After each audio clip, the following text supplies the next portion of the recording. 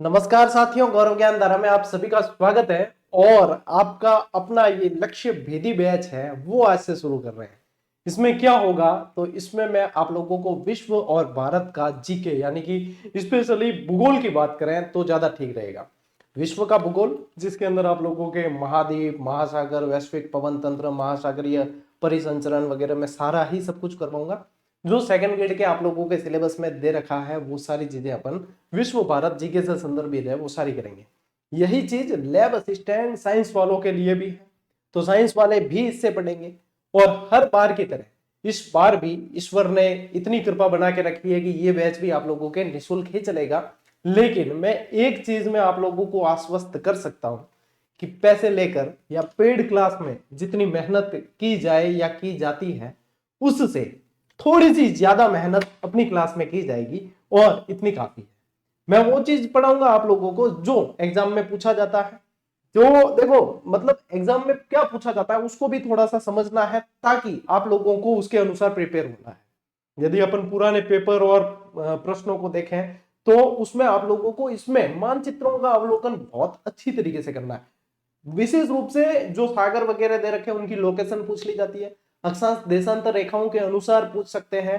तो इसीलिए मैंने ये पहला सेशन ही इसका ये रखा है कि अपन मानचित्र को अच्छी तरीके से समझ लें और साथ ही साथ जो है अपन क्या समझेंगे कि इस बैच के अंदर क्या क्या चीजें और थोड़ा सा मतलब विद्यार्थियों को सूचना मिल जाए कि ये मैं बिल्कुल धैर्य के साथ और इत्मीनान से चलूंगा क्योंकि मुझे पता है वरिष्ठ अध्यापक का एग्जाम जुलाई के अंदर है और मैं लगभग 2 महीने ये बैच चलाने वाला ये वाला, क्योंकि सप्ताह की अपने 5 क्लासें आएगी, लगभग 2 महीने ये बैच चलेगा आप लोगों के, जिसमें मैं बहुत अच्छी तरीके से और विद्यार्थियों को इतना पढ़ा दूंगा कि यदि किसी के पास में पुस्तक नहीं है, बुक नहीं है, फिर भी वो इतना पढ़ लेगा कि वो किसी से पिछड़ेगा नहीं।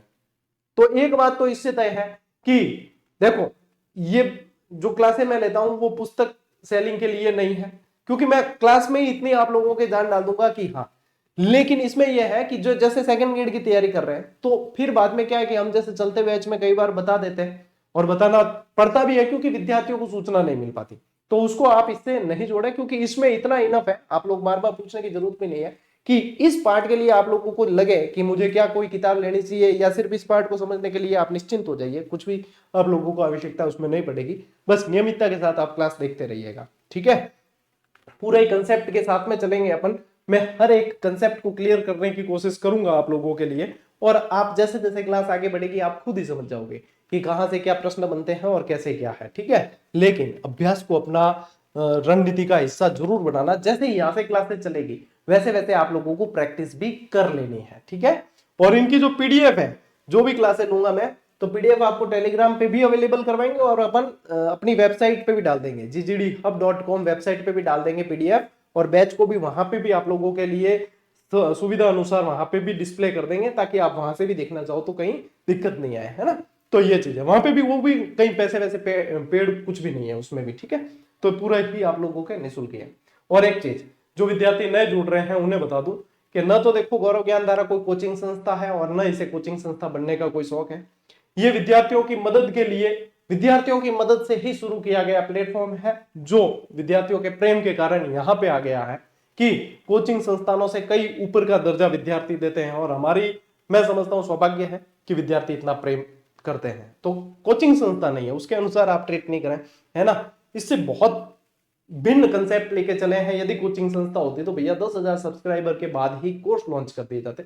1 मिलियन के करीब है अपन और कोर्स लॉन्च नहीं किया है, तो कोचिंग संस्था नहीं है, ठीक है। जितना मेरी तरफ से प्रयास हो सकता है वो मैं यही करता हूं कि विद्यार्थियों की हेल्प कर ली जाए, ठीक। तो मैंने 4-5 बार कम से कम राजस्थान जी के पढ़ा रखा है और वो पूरा का पूरा बहुत बार करवाया है।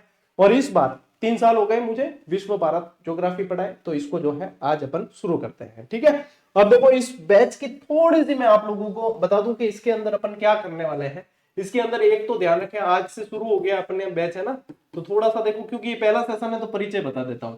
सोम से शुक्रवार और आप लोगों को क्लास मिलेगी शाम 8 बजे। शाम 8 बजे क्लास लाइव ही है, ये समझे आप, क्योंकि देखो आपको 8 बजे मिलेगी और मैं अपलोड इसलिए क्लास दे रहा हूं क्योंकि बिल्कुल अपने जो है डिस्टर्बेंस नहीं हो। लाइव क्लास में मैं देखता हूं, मैंने भी लाइव सेशन लिए हैं, पूरी पूरी बैच चलाए हैं, तो मैं देखता हूं बहुत ज्यादा डिस्टर्बेंस होता है। तो इसीलिए ये प्रीमियर पर चलेगी, आप लोगों को लाइव की बातें ही दिखेगी, और लाइव ही है, ये समझो 8 बजे आपको क्लास आज मिल रही है, तो मैं अब जैसे कि ये रिकॉर्ड कर रहा हूँ 6:45 पे मैंने शुरू किया है सेशन, है ना। तो ये जो है वही चीज है, बस डिस्टरबेंस नहीं हो। इससे क्या होगा, सिर्फ पढ़ने वाले बच्चे जुड़ेंगे, सिर्फ वो सवाल जवाब वाले जो खुद की क्वेरी शांत करना चाहते हैं वो नहीं, और सिर्फ पढ़ने वाले के, हाँ हमें शुद्ध रूप से पढ़ना है बिना किसी डिस्टरबेंस से। तो समझ लो कि बस ये क्लास 8 बजते ही आप लोगों को देखनी है, नियमित रहना, इससे क्या होगा, नियमितता रहेगी, ठीक है। तो ये क्लास वैसे आप लोगों के कैसे आएगी, ये अपलोड है, कैसी है, अपलोड है, लेकिन लाइव की बातें ही चलेगी, और यही बेस्ट है इस समय, मैं समझता हूं यही आप लोगों के लिए बेस्ट है, इसमें समय किसी भी तरह का व्यर्थ नहीं होगा। अब मुझे आप लोगों के कमेंट ही नहीं दिखेंगे तो मैं उन पे ध्यान ही नहीं दूंगा, तो मैं भी 100% दे पाऊंगा अपना, मेरा भी दिमाग जो है यहीं पे प्रेजेंट रहेगा कि क्या बताना है और मैं किस लिए जुड़ा हूं, ठीक है।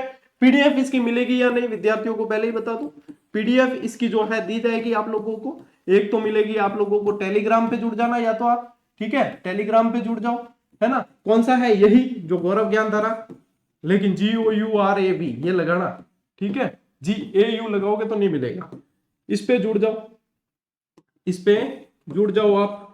और नहीं मिले तो मैं आप लोगों को एक तरीका बताता हूं कि ये नहीं मिले आप लोगों को, तो फिर क्या करो, आप गूगल क्रोम में अपनी वेबसाइट खोलना, और उसमें जो है ये, जैसे ये वेबसाइट है अपनी ggdhub.com, और इसमें सबसे नीचे ही नीचे चले जाना, तो यहाँ पे ये सोशल मीडिया के लिंक्स दे रखे हैं, जैसे कि ये टेलीग्राम है, इस पे क्लिक करोगे तो अपना टेलीग्राम ही खुलेगा डायरेक्ट, और यहाँ इस वेबसाइट पे भी मैं आप लोगों को पीडीएफ देने वाला हूँ। तो एक सवाल का जवाब मैंने यहीं पे दे दिया है कि पीडीएफ आप लोगों को दी जाएगी, और वो जो है क्लास अपलोड होने के 24 घंटे के बाद, यानी कि 24 घंटे के अंदर अंदर दे दी जाएगी, तो जल्दबाजी नहीं करें इसमें।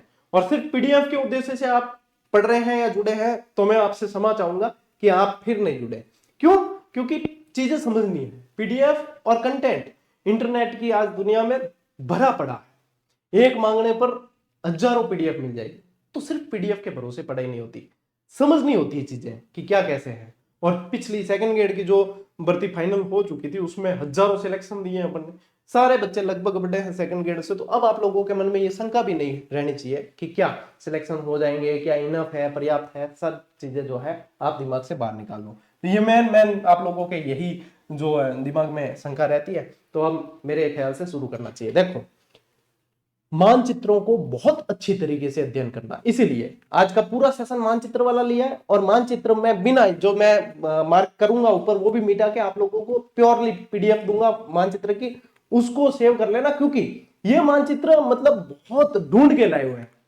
जो बहुत टाइम लगता है वो वाले मानचित्र है, तो इनको बहुत अच्छी तरीके से समय समय पे देखते रहना, तो आप लोगों के दिमाग में फिट हो जाएगा कि हाँ यहाँ पे। अब मान लो कि आप लोगों को पूछ लिया एटलस पर्वत श्रेणी जो है वो अफ्रीका की कौन सी दिशा में, तो अपने को ध्यान होना चाहिए, वो कैसे पता चलेगा, मानचित्र के आधार पे, है। तो ये इस तरीके से ही पैटर्न पूछा जा रहा है, और उसमें क्या है, लैंग्वेज को घुमा फिरा के, उसमें भी राजस्थान में ज्यादा लैंग्वेज, राजस्थान जीके में घुमा के देते हैं, भारत और विश्व वाले में इतनी नहीं घुमाई जाती, उसमें क्रम पूछा जाता है, उसमें जो है आप लोगों को अक्षांश के अनुसार पूछ लेंगे, या महासागरों की या सागरों की स्थिति पूछ लेंगे, वगैरह वगैरह। चिंता छोड़ो आप, बहुत अच्छी तरीके से आप लोगों को ये चीजें मैं कवर करवा दूंगा, लेकिन नियमित रहना जरूरी है, इस बात का आप विशेष ध्यान रखेंगे, ठीक है।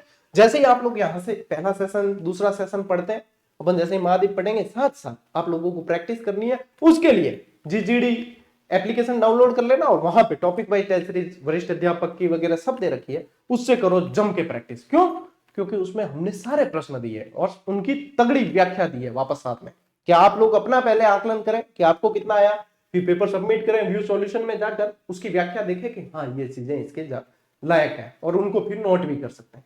सीरियस स्टडी करनी है तो भैया यही तरीका है, प्रैक्टिस मेक्स मैन परफेक्ट, इसको ध्यान रखना है और अपने आगे इनको पढ़ते हुए चलना है, ठीक है।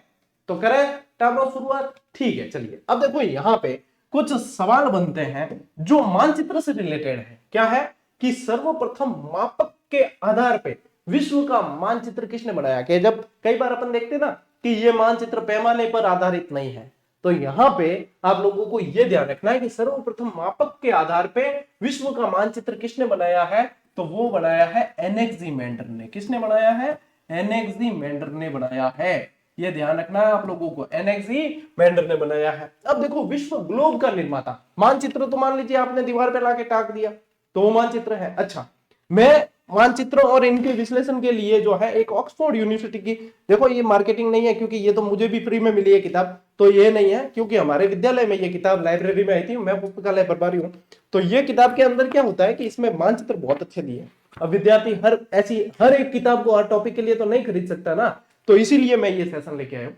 और इसमें जो मानचित्र आप लोगों के काम के हैं वो क्लासेस में शामिल कर दिए जाएंगे, क्योंकि ये मानचित्र पे आधारित ही होती है। देखो, और इससे बेस्ट मैं मानचित्र समझने के लिए नहीं समझता कोई किताब आती होगी, क्योंकि गवर्नमेंट स्कूल में हमारे लिए बच्चों के लिए आई थी, तो मैंने अभी जो है अपने पास में रख ली है कि हाँ उन बच्चों को तो हम करवाते ही हैं, ये अभी आपके लिए हम काम में ले लेंगे, तो इसकी चिंता न करें आप। इसमें जो तगड़े मानचित्र है वो सारे के सारे मैं क्लास में समय समय पे काम में लेता रहूंगा, आपके पास में पहुंच जाएंगे, ठीक है, तो दिक्कत नहीं है। अब देखो ग्लोब, ये रहा ग्लोब मेरे पास भी है, मेरे टेबल की ये शोभा बढ़ाता है और आज इस क्लास की शोभा बढ़ाएगा। अब ये जो ग्लोब है कि ग्लोब क्या होता है, एकदम एक्चुअल छोटा प्रतिरूप है। ये क्या है कि पृथ्वी कितने कैसे झुकी हुई है वो सारी चीजें इसमें पता चल जाती है। और जैसे पृथ्वी गोल है, अब देखो प्रशांत महासागर की यदि अपन स्थिति देखें तो ये देखो प्रशांत महासागर, अब यहाँ पे देखेंगे तो ये एशिया, यहाँ पे ये ऑस्ट्रेलिया, यहाँ पे ये उत्तरी अमेरिका और यहाँ पे दक्षिणी अमेरिका, और इनके बीच में ये सबसे बड़ा महासागर प्रशांत महासागर है। तो ग्लोब से क्या है, एक्चुअल स्थिति पता चलती है। मानचित्र में ये आधा इधर आ जाता है आधा इधर आ जाता है।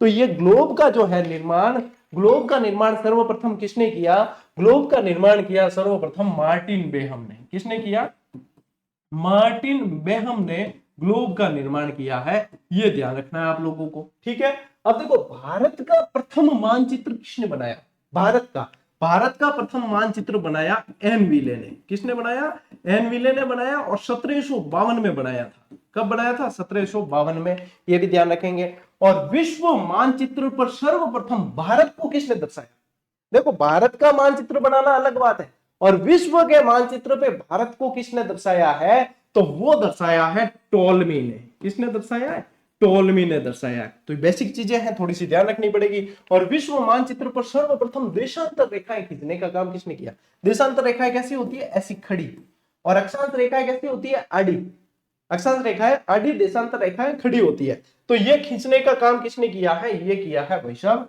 हेरोडोटस ने। किसने, हेरोडोटस ने। और हेरोडोटस को वैसे इतिहास का पिता कहा जाता है, इतिहास का जनक कहा जाता है। ये क्या है, बेसिक चीजें। मानचित्र समझ रहे, तो मानचित्र को समझने से पहले अपन मानचित्र का बेसिक समझे थोड़ा सा, ताकि चीजें जो है आप लोगों के दिमाग में बिल्कुल अच्छी तरीके से फिट हो जाए। मानचित्र जब मैं बताऊंगा तो आप लोगों को जो है राजनीतिक मानचित्र, आप लोगों को प्राकृतिक मानचित्र, अक्षांश के अनुसार स्थिति है ना, चतुर्थांश के अनुसार स्थिति वगैरह सारी बताने वाला हूं। आप लोगों को तो सिर्फ क्लास को ढंग से देखना है, और यदि मुझे ढंग से सुन भी लिया ना चीजें, तो आप लोगों के एग्जाम हॉल में जो है कान में आवाज गूंजेगी। बस मैं यही कहना चाहूंगा आप लोगों को। आजकल देखो सोशल मीडिया पे यानी कि यूट्यूब की ही बात करें तो पढ़ाने के अलावा भी बहुत सारी चीजें होती है जो डिस्ट्रैक्ट करती है। यदि आप लोगों को कोई चीजें डिस्ट्रैक्ट करें तो एक साधारण सिंपल सा 3 अक्षरों का मंत्र है ओम इग्नोराय नमः, और उसको 3 बार बोल के वापस पढ़ने बैठ जाओ और वापस ध्यान वहीं लगाओ।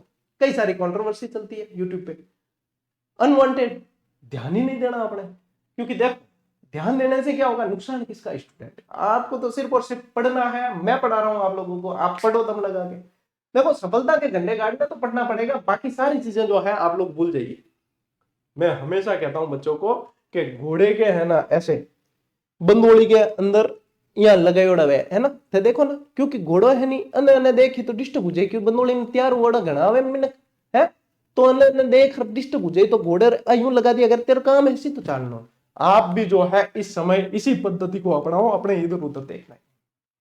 अपने को सिर्फ और सिर्फ क्या करना है, अपने सपने साकार करने हैं, क्योंकि ये सच हो गए तो दुनिया पूछेगी, नहीं तो दुनिया में भाई साहब अपने अंदर बहुत टैलेंट है फिर भी कदर नहीं होगी। अब देखो विश्व के अंदर महाद्वीप कितने हैं, विश्व के अंदर महाद्वीप है 7। यदि देखो कितना क्लियर एकदम मैप, यहाँ पे महाद्वीप आप अच्छे तरीके से देख सकते हो। विश्व के अंदर कितने महाद्वीप है, विश्व में कुल महाद्वीप, यहाँ पे मैं लिख देता हूं कुल महाद्वीप कितने हैं। देखो पढ़ने के लिए एक चीज ये हमेशा ध्यान रखना कि पात्र खाली है, कितना भी पढ़ा है तो ऐसे पढ़ने बैठो कि हमें कुछ नहीं आता, तब जाके आप सीख पाओगे और वही चीज कारगर होगी। ओ तो आवे धक्के गुरुजी हम धक्के बढ़ जाए ठीक रहे, तो समझ लेना कि आप सीख नहीं पाओगे। सीखने की इच्छा जिज्ञासा हमेशा जिंदा रहनी चाहिए, तो वे व्यक्ति कभी असफल नहीं हो सकता। तो देखो कुल महाद्वीप कितने हैं, 7 हैं। महासागर के अंदर कंफ्यूजन रहता है विद्यार्थियों के, क्यों रहता है कि महासागर यूं तो अपन बचपन में पढ़ता जी टाइम तो 5 पढ़ता, और हमें को है अपन 4 ही पढ़ा है, तो क्या गुरु जी 5 पढ़ता मैं तो ना, हमें 4 ही पढ़ रही हैं, तो क्या है। तो यहाँ पे जो है कि जैसे आप लोगों को ध्यान रखना है कि जैसे अंटार्कटिका है तो इसको क्या है महाद्वीप के अंदर ले लेते हैं, इसको महाद्वीप के अंदर ले लेते हैं, और बर्फ से जमा हुआ है पूरा का पूरा, तो कई बार जो है महासागर के अंदर गिनते नहीं है, महासागर के अंदर गिनते नहीं है, तो ऐसा हो जाता है, ठीक है।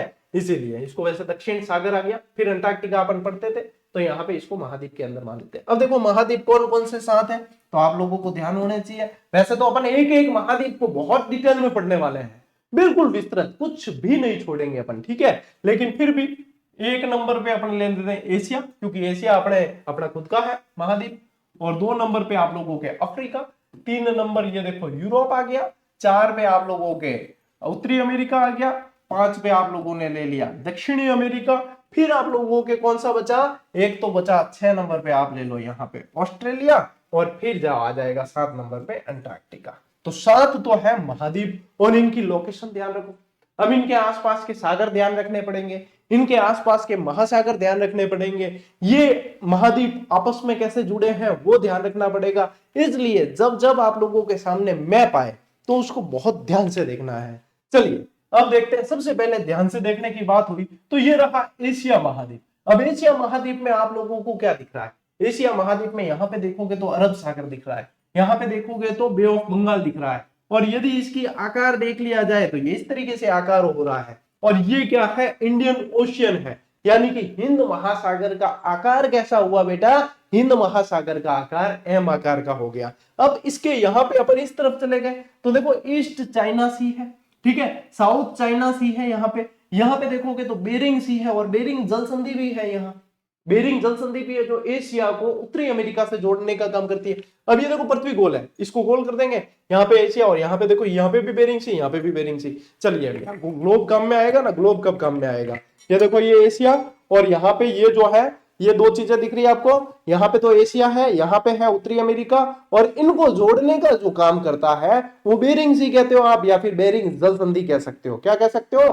बेरिंग जल संधि आप कह सकते हो। देखो दोनों के बीच में आ गया है ना, दोनों के बीच में जो है बेरिंग जल संधि इनको जोड़ने का काम करती है। तो ये क्या है, ग्लोब से क्या चीजें बहुत अच्छी तरीके से समझ सकते हैं। यहाँ पे ये चीज आ गई। अब देखो अफ्रीका महाद्वीप है ना, अब जैसे यहाँ पे देखेंगे मेडागास्कर है, ये मोजाम्बिक चैनल से जुड़ा हुआ है, ये सारी चीजें बताऊंगा मैं आप लोगों को। लाल सागर है, यहाँ भूमध्य सागर है ना, जो अपने यहाँ पे लाल सागर और भूमध्य सागर है जो सुएज नहर से जुड़े हुए हैं।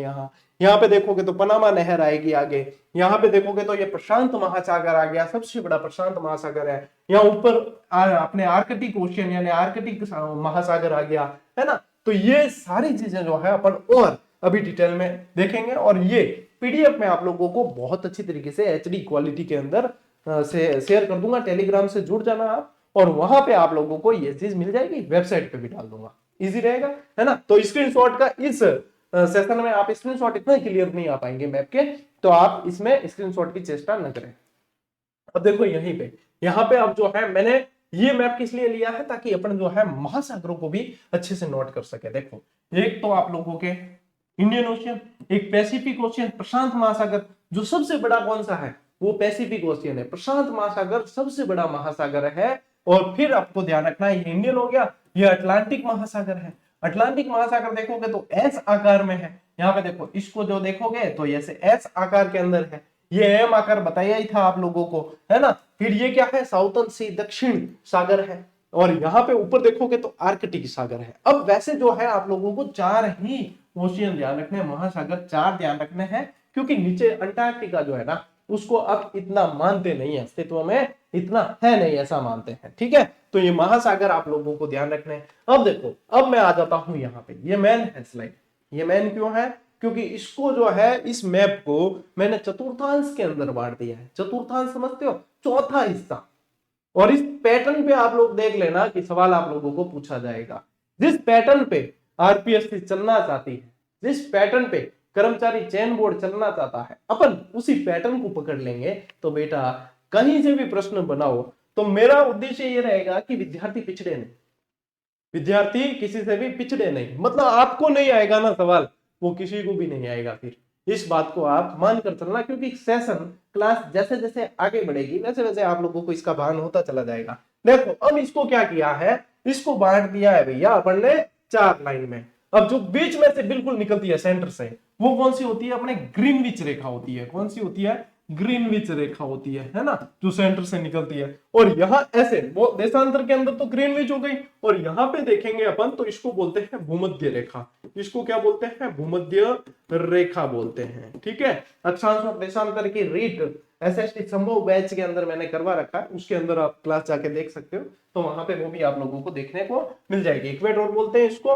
और इसको प्राइम मेरिडियन बोलते हैं। ठीक है, प्राइम मेरिडियन बोलते हैं इसको। ठीक, तो यहाँ पे जो है आप लोग ध्यान रखेंगे। ये अब क्या है कि ये मैंने यहाँ पे 4 भागों में बांटा है, इसलिए ये लिया है। यदि अपन देखें कि कर्क और मकर रेखा भी बताओ गुरुजी, तो देखो व्यवस्था सारी ही है, बस थोड़ा धैर्य रखना पड़ी। तो ये कर्क और मकर रेखा के अनुसार भी है। लेकिन यहाँ पे अब देखो ये कौन सा चतुर्थांश है, यदि अपन ये देखो, ये तो क्योंकि ज्यादातर मेरे से तो हिंदी मीडियम वाले ही पढ़ते हैं, मैं खुद ही ठहरी हूँ हिंदी मीडियम में, तो हिंदी मीडियम वाला ही ज्यादा पढ़ा है, तो इसको जो है मैं हिंदी के अंदर लिख देता हूँ। अब आप लोगों को ये देखो दिशाएं तो पता है ना, उत्तर, दक्षिण, यहां पे कौन सी, पश्चिम, है ना, पश्चिम और पूर्व, और पूर्व। अब यहाँ पे चतुर्थांश बांटते हैं, तो यहां से ये आ जाएगा भैया आप लोगों के उत्तर पश्चिम चतुर्थांश। ये कौन सा आएगा, उत्तर पश्चिम चतुर्थांश आ गया। ये कौन सा आ गया, ये आ गया उत्तर पूर्व, उत्तर पूर्व चतुर्थांश आ गया। यह अब दक्षिणी आ गया, तो ये आप लोगों के दक्षिण पूर्व चतुर्थांश है। और ये आप लोगों के कौन सा आ गया, दक्षिण पश्चिम चतुर्थांश। और मैं कह रहा हूं आप लोगों को इसके अनुसार आप ऑलरेडी ध्यान रख के चले। अब इसमें क्या ध्यान रखें अपन कि इसके अंदर कौन कौन से महाद्वीप आ रहे हैं। अब ये वाला लो पहले पकड़ो, उत्तर पूर्व, तो इसके अंदर देखो एशिया तो पूरा का पूरा इसके अंदर आ गया, यूरोप भी लगभग आ गया, थोड़ा सा इधर है, अफ्रीका भी देखोगे तो अफ्रीका का भी काफी सारा हिस्सा इसके अंदर आ जाता है, जो उत्तर पूर्वी चतुर्थांश के अंदर है। ठीक है, और दक्षिण पूर्वी चतुर्थांश में देखोगे तो एक तो आधा तो थोड़ा सा है अपने अफ्रीका, और इसके अलावा ये ऑस्ट्रेलिया है। ऑस्ट्रेलिया के आसपास का जो क्षेत्र है ना, ऑस्ट्रेलिया और ऑस्ट्रेलिया के आसपास जो द्वीप समूह है वो ओशेनिया कहलाता है। ये क्षेत्र क्या कहलाता है, ओशेनिया कहलाता है। तो ये ऑस्ट्रेलिया है, जैसे आसपास बहुत सारे द्वीप समूह न्यूजीलैंड वगैरह है, तो ये सारे के सारे मिला दिया जाए तो इनको ओशेनिया कहा जाता है। तो ये आ गया ओशेनिया, इसके अंदर आ गया। अब दक्षिण पश्चिमी चतुर्थांश में देखोगे तो दक्षिण अमेरिका आएगा इसके अंदर, बाकी कोई महाद्वीप इसके अंदर नहीं आ रहा है। ऐसे प्रश्न बनेंगे आप लोगों के। ये चीजें मैप को बहुत अच्छे से प्रॉपर स्टडी करने से ही समझ आएगी। और यहाँ पे ऊपर देखेंगे अपन कि उत्तर पश्चिम चतुर्थांश में कौन सा है, तो इसमें आप लोगों के उत्तरी अमेरिका है, और थोड़ा सा दक्षिणी अमेरिका का भाग है, थोड़ा सा दक्षिणी अमेरिका का भाग है। अब कैसे भी प्रश्न पूछे, कूट बना के पूछे, चाहे कथन कारण से पूछे, तो आप लोगों को इस अनुसार दिमाग लगा के ही चलना है। देखो कंटेंट आप लोगों के पास में पर्याप्त है, आप लोगों के पास में जो पुस्तकें हैं, जो आप पढ़ रहे हैं, सभी आप लोगों के पास पर्याप्त है चीजें। लेकिन होता क्या है कि वो पैटर्न जो चेंज हुआ उसमें विद्यार्थी को थोड़ा सा अलर्ट रहने की आवश्यकता है। पेपर आजकल ऐसे बन रहे हैं कि मास्टर भैया प्रूफ दे रहे हैं बढ़िया तरीके से, क्यों, क्योंकि प्रूफ देने लायक ही पेपर है। कथन से एक प्रूफ दे देगा, कारण से एक प्रूफ दे देगा, हमने भी दिए है ना, मैं भी अभी मतलब उसका हिस्सा हूं, है ना।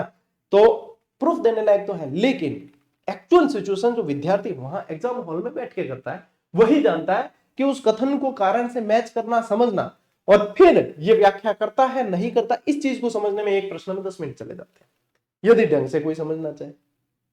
और ये हकीकत बात है। अब एग्जाम हॉल के बारे ज्ञान देना आसान है, मैं भी ज्ञान दे दूं, कोई और विद्वान भी ज्ञान दे दे, अरे यार पेपर आसान है, ये पढ़ा वो पढ़ा, क्या करना था, ये करना वो करना। क्यों कौन भाई साहब एग्जाम देवे नहीं, बाने ध्यान है, मैं खुद भी दियोड़ा एग्जाम, और जो एग्जाम देने लागोड़ा है गवर्नमेंट जॉब में, बाने ध्यान है कि एग्जाम क्या देवी जाए और क्या पास हो जाए, बारे ज्ञान देना बहुत आसान है। तो इसलिए ऐसे देखो माहौल चलेगा ये चीजें, लेकिन आप लोगों को इसके अनुसार प्रिपेयर होना है। आप लोगों को किसी से बहस करने नहीं लग जाना है, आप लोगों को किसी को आईना दिखाने नहीं लग जाना है, अरे ऐसे होता है वैसे, जो कुछ भी, जो कहीं से भी कुछ भी कोई भी कह रहा है कहने दो, अपना समय है सुनने का, अपन सुनेंगे, लेकिन एक समय आएगा अपना जवाब देने का, अपन जवाब देंगे कैसे, सफल होके। बोल के कौन जवाब देता है, एक प्राथमिक कक्षाओं के अंदर एक दोहा है कि पावस देख रही मन कोयल सादी मौन, अब वक्ता दादुर भय हमसे पूछत कौन। दादुर यानी कि मेंढक होते हैं, और पावस देख रही मन कोयल सादी मौन। कोयल जो है, जब बारिश का मौसम होता है तो मेंढक बहुत सारे बाहर आ जाते हैं, उस समय मौन साध लेती है और उसी में समझदारी है। और ऐसा माहौल को देख के दादू यानी कि जो मेंढक होते हैं वो टर टर करने लगते हैं। कोयल को पता है कि इस समय मैं बोलूंगी तो भी मेरी आवाज की इतनी महत्ता है नहीं, वो मौन साध लेती है कि अब तो समय किसका है, दादुओं का है। तो इसलिए ऐसी कभी भी सिचुएशन बने तो अपने आप को संयमित और धैर्यवान करके अपने लक्ष्य के प्रति लगा देना, बस सफल हो जाओगे। चलो, ये समझ में आ गई। ये जो उद्देश्य आप लोगों को ये समझाने का था वो यही है। फिर आगे बढ़ते हैं और ये चतुर्थांश के अनुसार अच्छी तरीके से देख लेना, है ना, ये चीजें पूछी जाएगी। अब आती है भैया आप लोगों के रेखाएं, यानी कि 3 रेखाएं ध्यान रखनी पड़ेगी। एक तो भूमध्य रेखा, एक कर्क रेखा और एक मकर रेखा।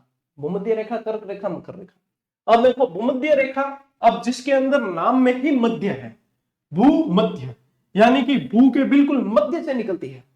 देखो बेसिक लेवल से पढ़ाऊंगा क्योंकि कई सारे बच्चे नए भी पढ़ते हैं, इसमें कई सारों के कंफ्यूजन होता है। अरे कई सारे मेरे को ऐसे बच्चे मिलते हैं, गुरुजी हम तो कर्क और मकर में ही भूल जाते हैं कि कर्क ऊपर वाली है क्या मकर ऊपर वाली है, मैं तो भूल जावा। तो देखो ढाई अक्षर प्रेम के है ना, वो प्रेम जो है ऊपर ले जाता है, ढाई अक्षर प्रेम के। तो आपको ये ध्यान रखना है कि कर्क रेखा पूछे तो कर्क रेखा जो है वो ऊपर है, ढाई अक्षर प्रेम के ऊपर ले जा रहा है। और मकर, देखो मकर में पूरे 3 अक्षर हो गए, बाहर भी बढ़ गया तो मकर आ गई नीचे। अब देखो एक तरफ है 2.5 किलो, एक तरफ है 3 किलो, तो वजन किस में ज्यादा है, वजन मकर में ज्यादा, मकर नीचे आएगी, कर्क ऊपर जाएगी। बस हमेशा के लिए आप रटना छोड़ो, इस चीज को जो है लॉजिक बना लो और आप लोगों की समझ आ जाएगी। अब देखो आप लोगों को यह ध्यान रखना है कि रेखा कौन सी किस महाद्वीप के अंदर से निकल रही है, ये पूछ सकते हैं। भूमध्य रेखा देखो, सबसे पहले भूमध्य रेखा जो निकलती है ये देखो उत्तरी अमेरिका को छू भी नहीं रही है, दक्षिणी अमेरिका को छू रही है, अफ्रीका के अंदर से निकल रही है, और ओशेनिया, मैंने आप लोगों को अभी भी बताया था ओशेनिया, तो ओशेनिया जो है उसके, क्योंकि ऑस्ट्रेलिया को देखोगे तो नीचे रह गया, लेकिन इसके आसपास के द्वीप समूह के साथ में ओशेनिया बनता है, तो ओशेनिया के बीच में से निकल रही है। आते हैं अपन मकर रेखा पे, तो मकर रेखा देखोगे तो देखो दक्षिणी अमेरिका से निकल रही है, अफ्रीका से निकल रही है, और ऑस्ट्रेलिया के बीच से निकल रही है, ऑस्ट्रेलिया के बीच से निकल रही है। ये आप लोगों को ध्यान रखना है, ये चीज आप लोगों को ध्यान रखना है। कर्क रेखा पे आओ तो उत्तरी अमेरिका से निकल रही है, अफ्रीका से तो निकलेगी क्योंकि अफ्रीका एकमात्र ऐसा महाद्वीप है जिसमें से तीनों रेखाएं निकलती है। ये अफ्रीका एकमात्र ऐसा महाद्वीप है जिसमें से तीनों निकलती है। फिर देखो यहाँ पे ये यहां से निकलती है, किसमें से, एशिया से निकलती है, लेकिन यूरोप को नहीं छूती है, यूरोप से नहीं निकलती है, ये ध्यान रखना है। अब ये कर्क रेखा 23.5 डिग्री उत्तरी अक्षांश है और मकर रेखा 23.5 डिग्री दक्षिणी अक्षांश है, ये ध्यान रखना। और ये 0 डिग्री है बीच में, ये 0 डिग्री है। अभी मैं बेसिक बेसिक चीजें ही बता रहा हूं, मुख्य क्लास तो कल से शुरू होगी, जब कल अपन जो है एशिया महाद्वीप पढ़ेंगे, और एशिया महाद्वीप की 2-3 क्लास तो आएगी आप लोगों के, एशिया की आएगी, 2-1 क्लास आप लोगों के अफ्रीका महाद्वीप की आ जाएगी। मैं बहुत व्यवस्थित और डिटेल में पढ़ाने वाला हूं, और इसके बाद में आप लोगों को कहीं से कुछ पढ़ने की आवश्यकता नहीं है, ऐसी मैं चीज करने की कोशिश कर रहा हूं और करूंगा। जहां तक मुझे पता है, मैं जिस तरीके की प्लानिंग लेकर चल रहा हूं उसके अनुसार पूरा ही राजस्थान क्या भारत का ये विश्व का बैच चल रहा है, तो इंडिया के भी कई सारे बच्चे पढ़ेंगे। किसी भी एग्जाम के अंदर आप लोगों को विश्व भारत जी के पूछे, पढ़ लेना, बस लीला लहर है, पौ बारह 25 हो जाएगी। ले स्क्रीनशॉट ले लो। आज के इसके लिए इतना ही आप लोगों को जानना काफी है, ठीक है, इसके लिए इतना जानना आप लोगों को काफी है। ग्रीनविच देखोगे तो ग्रीनविच जो है यहाँ पे आप लोग देखोगे यूरोप, यहाँ पे अफ्रीका वगैरह ये निकल रही है, ठीक है। चलिए ये ले लीजिए स्क्रीनशॉट। अब आते हैं अपन इस नक्शे पे, है ना, अब आते हैं अपन इस नक्शे पे। देखो मैंने 2 तरीके के नक्शे शामिल किए इसमें भी, यहाँ पे ये भी लिया मैंने कि ये कैसा है, ये हिंदी में है। अभी आप लोगों को अक्सर बहुत छोटे दिखेंगे, जोर डालना पड़ेगा आंखों पे, लेकिन कोई आडी स्क्रीन कर दे और एचडी कर दे क्वालिटी तो उसको दिख भी जाएंगे। लेकिन चिंता मत करो, ये क्लास ही इसलिए कि इन सब मैप की मुझे पहले आप लोगों को पीडीएफ प्रोवाइड करवानी है, ताकि आप लोग इसका अध्ययन करें अच्छे से, और उसके बाद में ही ये सेशन शुरू हो सकते हैं, ये क्लासेस शुरू हो सकती है। विदाउट मैप इस सेशन का कोई औचित्य नहीं है। अब मैं बताऊंगा भूमध्य सागर ये है, स्वेज नहर यहाँ है, लाल सागर यहाँ है, ओखोटस्क सागर यहाँ है, जापान द्वीप समूह यहाँ है, 39 द्वीप जापान के अंदर है, इंडोनेशिया द्वीप समूह यहाँ, इसके अंदर 17,000 द्वीप है, ये बोर्नियो है, इसे काली मंथन कहते हैं, ये ग्रीनलैंड है, ये सबसे बड़ा द्वीप है, तो आप लोगों को लोकेशन ही नहीं पता, तो भले मैं कितना ही कह दूं, ज्ञान दे दूं, लेकिन लोकेशन पता है उन चीजों की, तो आप लोगों के चीजें बिल्कुल क्लियर होगी।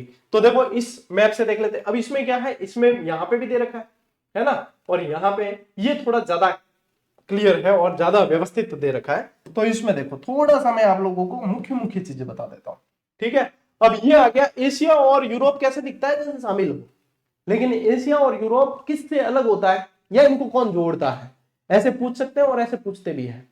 एशिया और यूरोप के मध्य क्या है, तो काकेशस पर्वत है, यूराल पर्वत है, ठीक है। यहां पे देखोगे तो काकेशस पर्वत है, यूराल पर्वत है, कैस्पियन सागर झील है। ये जो देख रहे हो आप, ये कैस्पियन सागर झील है, और कैस्पियन सागर झील विश्व की सबसे बड़ी खारे पानी की झील है। और यूं पूछ ले कि विश्व की सबसे खारी कौन सी है, तो लेक वॉन झील टर्की के अंदर है। टर्की यानी कि तुर्की, और तुर्की और साइबेरिया दो ऐसे क्षेत्र हैं, दो ऐसे देश हैं जो यूरोप में भी पड़ते हैं और एशिया में भी पड़ते हैं, यानी कि सेंटर में है। तो तुर्की को तो यूरोप का रोगी भी कहा जाता है। बहुत सारे उपनाम आएंगे आगे, जैसे जैसे अपन आगे चलेंगे बहुत सारे उपनाम आएंगे। आपने क्लास का मैटर ही याद कर लिया तो किसी से भी डिस्कशन करके देख लेना, वो भी कहेंगे भैया कहां से पढ़ा, बता दे सही सही, ठीक है। क्योंकि चीजें याद कराना मत फोकस करा, तोरो टावरो टेंशन मत लियो, रिलैक्स होके पढ़ना बिल्कुल, ठीक है। चलिए अब यहाँ पे देखो, ये रहा अपना प्यारा भारत। अब भारत के आगे यहाँ पे ये अरब सागर दे रखा है, ये बंगाल की खाड़ी है, ठीक है। ये इंडो गंगा मैदान दे रखा है, यानी कि इंडस गंगा मैदान है। इंडस यानी सिंधु कह सकते हो। इधर आ जाता है आप लोगों के हिंदुकुश पर्वत। हिंदुकुश पर्वत यानी कि पाकिस्तान और अफगानिस्तान के मध्य हिंदुकुश पर्वत है, ठीक है। और यहाँ पे आप देखोगे हिमालयन रेंज है, फिर यहाँ पे आ गया तिब्बत का पठार, और यही पामीर का पठार भी है ना। इसके उत्तर में जाओगे तो तियान शान श्रेणी आती है, तियान शान पर्वत आता है। यहाँ वो भी मरुस्थल है जो शुष्क मरुस्थल के अंदर आता है। फिर ऊपर जाओगे यहाँ पे अल्टाई पर्वत आता है, ठीक है। और बेकाल झील आती है। बेकाल झील विश्व की सबसे गहराई वाली झील है, जो यहाँ पे ये देखोगे ना आप, रूस के अंदर पड़ती है। बेकाल झील आती है यहाँ पे, बेकाल झील वगैरह ये सारी पढ़ेंगे अपन। अब इसमें क्या होता है, इस मैप को क्यों ध्यान से देखना है, क्योंकि इसमें यदि छोटे छोटे सागर जो दे रखे हैं वो आप लोगों को यहाँ पे छोटे छोटे जो सागर है, छोटी छोटी खाड़ियां हैं, जैसे कि यहाँ पे कुरिल की खाई है, ठीक है। क्या है, कुरिल की खाई है जो 10,542 मीटर गहरी, वो है यहाँ पे, ठीक है। यहाँ पे देखोगे तो फिलीपींस द्वीप है ना, फिलीपींस द्वीप समूह, यहाँ फिलीपींस सागर है। यहाँ पे दक्षिण चीन सागर है, ये क्षेत्र दक्षिणी चीन सागर है। यहाँ पे देखोगे तो ये इंडोनेशिया वाला क्षेत्र पड़ता है, और इंडोनेशिया के अंदर ही बोर्नियो है। बोर्नियो इंडोनेशिया द्वीप समूह का सबसे बड़ा द्वीप है। इंडोनेशिया द्वीप समूह का सबसे बड़ा द्वीप है, इसे कालीमंथन के नाम से भी जाना जाता है। और यदि पूरे विश्व का सबसे बड़ा द्वीप पूछेंगे तो आप लोगों के कौन सा है, ग्रीनलैंड है, जिसपे डेनमार्क का कब्जा है हाल ही में। तो यहाँ पे ये ग्रीनलैंड आ गया। यहाँ पे इसके पास में आइसलैंड है, ठीक है। ये कौन सा सागर है, ये अटलांटिक सागर है। अटलांटिक सागर के इधर यूरोप, एशिया और अफ्रीका पड़ता है। अफ्रीका तीनों रेखाएं निकलती है, जहां पे ये कांगो वैसे निकाला, ये कांगो नदी है। कांगो नदी भूमध्य रेखा को 2 बार काटती है। यहां पे एक लिम्पोपो नदी है, लिम्पोपो नदी मक्कर को 2 बार काटती है, और कर्क को 2 बार कौन सी काटती है, अपनी माही काटती है। तो तीनों इस तरीके से भी आप लोगों को ध्यान में रखना, चीजें कहीं से भी कैसे भी पूछ सकते हैं। ये डियागो गार्सिया द्वीप है जो हिंद महासागर में पड़ता है, एक हवाई अड्डा है जिसपे यूके का अधिकार है। किसका अधिकार है, यूके का। देखो इसमें ये दे रखे हैं, आपको ये चीज इसलिए दे रहा हूं मैं कि इस पे कहां पे किसका अधिकार है वो भी दे रखा है। जैसे यहां देखोगे ना कोको द्वीप है, तो इस पे ऑस्ट्रेलिया का अधिकार है, यहां दे रखा है ये, ठीक है। तो ये चीजें, अब ये जैसे ओशेनिया है क्षेत्र ऑस्ट्रेलिया, और इसके आसपास यदि यहां देखोगे तो ये माउंट क्रूक पहाड़ी है, और ये न्यूजीलैंड वाला क्षेत्र पड़ता है यहाँ पे। माउंट क्रूक, तस्मान सागर है इसके यहाँ पे, एबेल तस्मान ने खोज भी की थी। ये सारी चीजें अपन डिटेल में पढ़ने वाले हैं। ये तस्मान सागर है, यहाँ कोरल सागर है, यहाँ ग्रेट बैरियर रीफ है। तो ऑस्ट्रेलिया के किस तरफ ग्रेट बैरियर रीफ पड़ती है, ये भी लोकेशन के आधार पर प्रश्न पूछते हैं। यहाँ आ जाओ अफ्रीका के अंदर, तो अफ्रीका में जैसे कि ये एटलस पर्वत श्रेणी है ना, 7 देशों से निकलती है, सबसे लंबी पर्वत श्रेणी है। तो ये पूछते हैं कि अफ्रीका की कौन सी दिशा में एटलस पर्वत श्रेणी है, तो सीधे आ जाओ उत्तर पश्चिम दिशा में, ये आगे है ना। तो ये आगे यहाँ पे 4 झील है, यहाँ नाइजर नदी निकलती है, ये कांगो बेसिन है, ये किलिमंजारो अफ्रीका की सबसे ऊंची चोटी है, ये कालाहारी मरुस्थल है ना। यहाँ पे ये सहारा मरुस्थल पड़ता है जो विश्व का सबसे बड़ा मरुस्थलीय क्षेत्र है। तो ये चीजें यानी कि आप लोगों को मैं जितना बता रहा हूं उससे ज्यादा मेहनत आप लोगों को करनी है। ये मैप भी मैंने इसलिए शामिल किया है कि इसके अंदर आप लोगों को जो है राजनीतिक नक्शा भी दे रहा हूं मैं, और इसके अंदर आप लोगों को प्राकृतिक नक्शा भी दूंगा। ठीक है, तो यहाँ पे ये जैसे ये तो कैसे राजनीति के देश वगैरह सारे दिख रहे हैं, जैसे कि ये माउंट ब्लैक पर्वत, ये आल्प्स श्रेणी है ना, ये उत्तर यूरोप का मैदान है पूरा का पूरा। यहाँ पे यदि आओगे तो ग्रेट बैरियर, ये ग्रेट बैरियर क्या, ग्रेट लेक्स है, 5 झीलों का समूह है जो ग्रेट लेक्स है। यहाँ पे ओंटारियो एरी वगैरह ये सब आती है इसके अंदर, सुपीरियर झील वगैरह, है ना, ये सारी चीजें। यदि यहाँ देखोगे तो ये कैरेबियन सागर है। आप जो वेस्ट इंडीज पढ़ते हो ना, ये वेस्ट इंडीज वाला क्षेत्र, ये कैरेबियन सागर यहाँ पे पड़ता है। ये दक्षिणी अमेरिका है, इसके अंदर टिटिकाका झील है जो सबसे ऊंची नौकागम्य झील है, जहां पे नौकायन होता है, वो टिटिकाका झील यहाँ पे है। ये चिली देश पड़ता है, ये ओकांका गुहा है, पंपास के मैदान इसके अंदर पड़ते हैं, ग्रीन चाको मैदान इसके अंदर पड़ते हैं, सेल्वास के मैदान पड़ते हैं इसके अंदर, है ना। ये सारी चीजें आप लोगों को ध्यान रखना है। और ये देखो फॉकलैंड द्वीप है यहाँ पे जिस पर यूके का अधिकार है। ये चीजें आप लोगों के देखो बहुत ज्यादा इसमें मेहनत आप लोगों को करनी पड़ेगी, एक दिन में याद नहीं होगा, बार बार देखना पड़ेगा, बार बार इस चीज को मैप के आधार पे ही आप समझ सकते हो। यदि आप देखोगे नीचे देखो छोटे छोटे सागर दे रखे हैं, अब जैसे यहाँ पे देखोगे तो रॉस सागर है, यहाँ देखोगे अमंडसन सागर है, यहाँ देखोगे वेलिंगशोसन सागर है, वेडन सागर है, डेविस सागर है ना। तो इस तरीके से आप लोगों को पूछते हैं कई बार कि इनकी स्थिति कहाँ है। अब आप लोगों को पूछ ले दक्षिणी जॉर्जिया द्वीप समूह पर किसका अधिकार है, फिर कहे गुरु जी प्रश्न पत्र भारी आयो, प्रश्न पत्र भारी नहीं, अब आप ध्यान कम दियो थोड़ो, है नहीं, जो सिचुएशन है। अब कंपटीशन इतना आसान थोड़ी है, 2005 में जितना कंपटीशन था अब 2026 में कितना कंपटीशन है। 2005 की तुलना 2015 से करो, 2015 की तुलना 2026 से करो, तो 2026 की तुलना 2030 से कर लेना, बहुत ज्यादा कठिन हो जाएगा। इसलिए बेटा अब भी इतना जोर लगा देना कि 2030 वाला अपने को वापस वो चीज नहीं देखनी पड़ेगी, 2030 में आप कर सका। मैं तो कह रहा हूं ये 2026 और 27 आधार बना दो कि हाँ झंडे तो इसी में गाड़ने भैया, नहीं तो धंधो तो करना ही है, दुकाना तो करनी है, प्राइवेट नौकरी तो करनी है, ये चीजा है। और थे मन देख रहा हो या क्लास देख रहा हो तो निश्चित रूप हो थारे गवर्नमेंट जॉब ही आस है ना।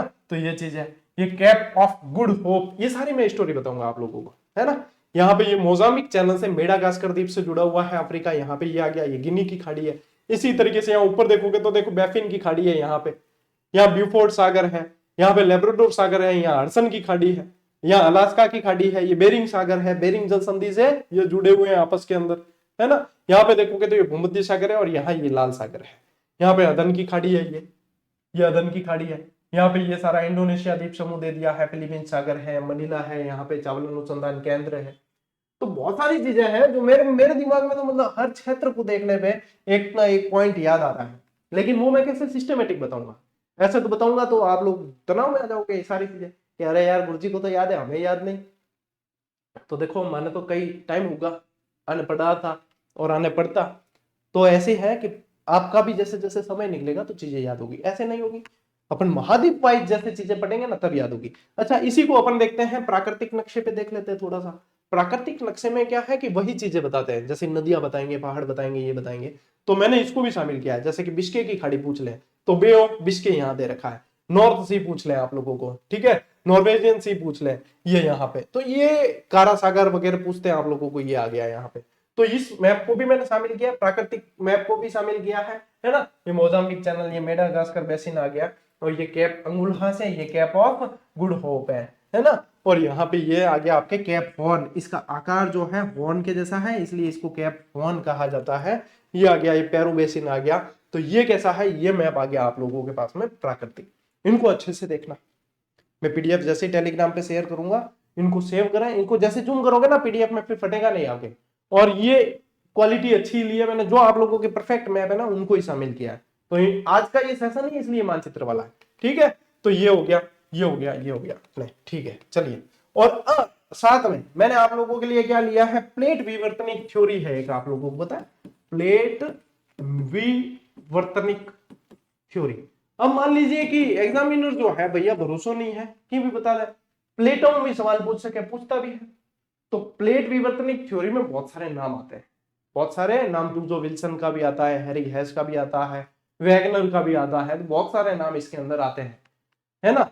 तो यहाँ पे उसमें तो मत पढ़ना, लेकिन ये प्लेटें जो है इनकी स्थिति आप लोग देख लेना, जैसे कि ये काकोस प्लेट है, अब यहाँ पे आप देखोगे तो ये आ गई आप लोगों के यूरेशियाई प्लेट, यूरोप और एशिया वाला हिस्सा, और ये उत्तरी अमेरिका, दक्षिणी अमेरिका, यानी कि ये जो क्षेत्र है ना ये प्रशांत महासागर है।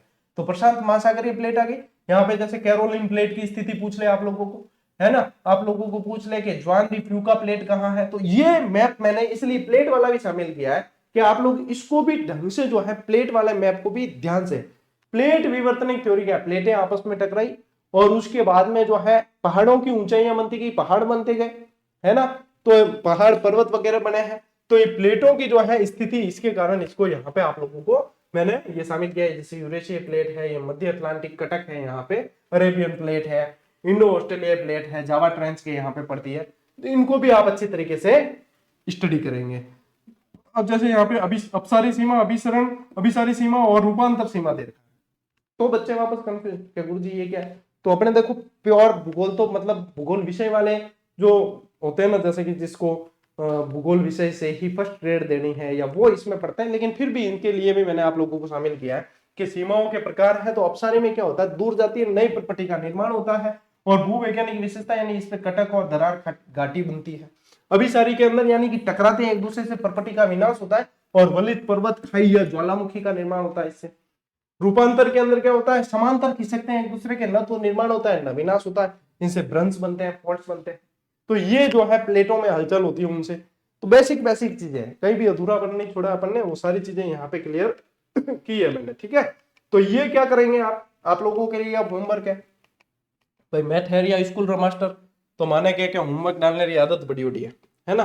तो आप लोगों के लिए होमवर्क है कि मैंने जितने 5-7 नक्शे शामिल किए हैं इसके अंदर, उन नक्शों को मैं जैसे ही, उससे पहले टेलीग्राम पे जुड़ जाएंगे आप सभी, है ना। टेलीग्राम का जो है लिंक, आप जुड़ेंगे कैसे वो भी मैंने बता दिया। या तो गौरव ज्ञान धारा सर्च करो सीधा ही, या फिर आप लोग चले जाइए कहां पे, अपनी वेबसाइट पे चले जाओ, और वेबसाइट में सीधे जाओ नीचे यहाँ, और यहाँ पे ये टेलीग्राम का लोगो दे रखा है, इसको करो ओपन, सीधा आप लोगों को अपना टेलीग्राम वही खुलेगा। इससे क्या होगा, आप फ्रॉड टेलीग्राम से जुड़ने से बचेंगे। एक चीज ध्यान रखो, कोचिंग संस्था वाले आजकल बहुत गंदा खेल खेलते हैं कि पैसे इन्वेस्ट करके और पेड मार्केटिंग करते हैं और टेलीग्राम पे भी ऐड डलवा देते हैं। तो टेलीग्राम पे यदि किसी कोचिंग की या पैसे इन्वेस्ट करने की या ऐसी ऐड दिखे, तो समझ लेना कि ऐड है, और उसमें लिखा भी आता है ऐड है, ऊपर क्रॉस का बटन भी आता है वहां पे। तो उनके झांसे में नहीं फंसे। जो हमारी पोस्ट होगी ना, तो उसमें तो आप लोगों को स्पष्ट पता चल जाएगा, उसमें लिखा आता है टीम जीजीडी, या उसमें जो है लैंग्वेज वगैरह लिखी आती है, या हमारी पोस्ट आती है क्लियर, उसमें ऐड नहीं लिखा आता कहीं भी, ठीक है। तो इस चीज का ध्यान रखेंगे, क्योंकि यार मैंने आज दिन तक खुद नहीं पेड क्लासेस नहीं दी, तो मैं पेड किसी की मार्केटिंग क्यों करूंगा, और ना अपन किसी का प्रमोशन करते हैं, है ना। बहुत सारे ऑफर आए और गए, लेकिन ईश्वर की कृपा से इतना लालच नहीं आया है कि किसी का पेड प्रमोशन करे या ये करे वो करे। तो इन चीजों से आप लोग बचे। ये सारा मार्केटिंग का गंदा खेल चलता है आजकल, मैं गंदा खेल ही कहूंगा, क्योंकि बिना परमिशन, क्योंकि टेलीग्राम की ऐड बंद करने का हमारे पास में ऑप्शन ही नहीं होता। यूट्यूब की तो फिर भी हमारे पास ऑप्शन होता है, मोनेटाइज ऑफ कर दे ऑन कर दे। टेलीग्राम की तो ऑप्शन ही नहीं है, वो कहते हैं लेवल अप करो 50 करो, यानी इसको शेयर करो, वो करो ये करो, बहुत सारी पाड़ दे रखी है। तो माने बिम की फायदो नहीं है और ना आपने फायदो है, ऐसे फ्रॉड लोगों के चक्कर में पड़ना नहीं। अब वे विद्यार्थी ध्यान देंगे, देखो मैं पहले ही कह रहा हूं, क्योंकि मेरा उद्देश्य कतई आप लोगों को यह नहीं है कि आप क्लास से जुड़े हो तो आप लोगों को पुस्तक लेनी ही है या नहीं, लेकिन कई सारे विद्यार्थी जो है पूछ पूछ के परेशान हो जाते हैं, उनको पढ़नी होती है, उनको बता रहा हूँ सेकंड ग्रेड की। क्योंकि अभी भी मेरे पास कमेंट आता है कि गुरुजी सेकंड ग्रेड की गाइड कब आएगी, पुस्तक कब आएगी। बेटा 3 महीने हो गए सेकंड ग्रेड की पुस्तक दी है। एक तो आप क्या करें, चैनल पे बुक लिस्ट नाम से प्ले लिस्ट बनी हुई है आपने बुक वाली, उसमें जाकर देख लिया करें, वहां डिटेल वीडियो भी होते हैं जब जब आती है, क्योंकि आप लोगों ने ध्यान नहीं दिया होता तो आपको सूचना नहीं मिलती है। फिर भी आप लोगों को अपने जो भी किताबें अभी लेटेस्ट चल रही है, वो यहाँ वेबसाइट पे जाओ, आप सीधा जीजीडी बुक्स वाला सीधे डाउन आओगे ना, वेबसाइट पे जाके सीधे जैसे कि खोलोगे वेबसाइट ggdhub.com और सीधे आ जाना नीचे, और यहाँ पे देखो ये किताबें एक्सप्लोर बुक्स कर देना, यहाँ पे दिखेगी। यहाँ पे देखो ये वरिष्ठ अध्यापक, मैं तो पहले यही कहूंगा कि ऑफलाइन जाके खरीदो, जो भी आप लोगों के निकटतम पुस्तक विक्रेता वहां पे जाके, इसके अंदर पूरी डिटेल ही दे रखी है। डिटेल पुस्तक है, ये वन लाइनर नहीं है, ये वन लाइनर नहीं है, डिटेल पुस्तक है। जो मैं आप यहाँ पे आप लोगों को ये कवर जो दिख रहा है ये गाइड है, ठीक है। तो इसको पढ़े, साथ साथ क्लास देखें, साथ साथ जो है आप लोग इस बुक को पढ़ेंगे, कौन सी, वरिष्ठ अध्यापक वाली, है ना, ये रही, ये गाइड है, इसको पढ़े साथ साथ, है ना। और प्रैक्टिस करेंगे जीजीडी ऐप से। तो मैं पहले ही बता रहा हूं कि जिनको विद्यार्थियों को जानकारी चाहिए उनके लिए, ठीक है, सूचना। जरूरी नहीं है कि गुरुजी, फिर बाद में आते हैं गुरुजी हमें भी पढ़नी पड़ेगी क्या। यदि आपको लगता है कि हाँ सर की बुक पढ़नी चाहिए या सर अच्छी मेहनत करते हैं तो पढ़नी चाहिए, और यदि लगता है कि नहीं तो कोई दिक्कत नहीं। ऐसा नहीं है कि कोई नहीं पढ़ रहा है और हम उसे मना कर देंगे कि नहीं तू क्लास नहीं ले सकता हमारी, ऐसा नहीं है बेटा। हमारे यहाँ पे सभी के लिए द्वार खुले हैं और ये सुविधा है क्योंकि हमने मेहनत की, हम जानते हैं इसके अंदर कितना एफर्ट डाला, कितनी मेहनत की है। तो इसको जो है ये कवर वगैरह आप यहाँ से देख सकते हो। आप खरीदना भी चाहो तो यहाँ से ये बुक के जो है लिंक यहाँ पे डाले गए, वो पुस्तक विक्रेताओं की साइट के है, हमारे नहीं है। हम पुस्तक सेल मतलब ऑनलाइन प्लेटफॉर्म से हम नहीं करते, ऑफलाइन जो है दुकानदारों तक पहुंचती है, वो भी पब्लिशर का काम है।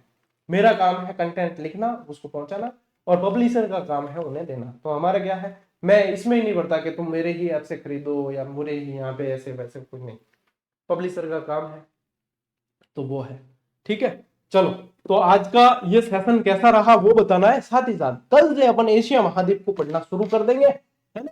तो ये ध्यान रहे आप लोगों के जो है, इस पे भी अपने कोर्स को व्यवस्थित वेबसाइट पे भी डाल देंगे, इन्हीं क्लासेस को वहां से देख लो चाहे यूट्यूब से देखो, कहीं कोई दिक्कत नहीं, यूट्यूब पे भी प्ले लिस्ट बना लेंगे।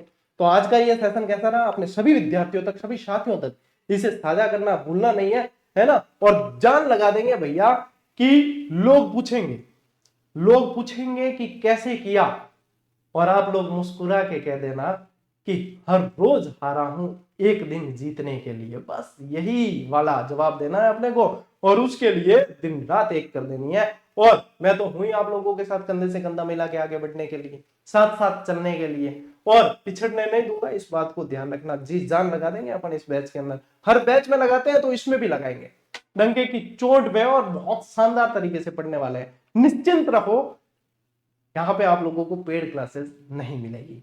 चलिए, तो आज के इस सेशन में साथियों इतना ही। अब मिलते हैं अपन अगले सेशन में, अगली क्लास के अंदर। तब तक के लिए राम राम, जय हिंद।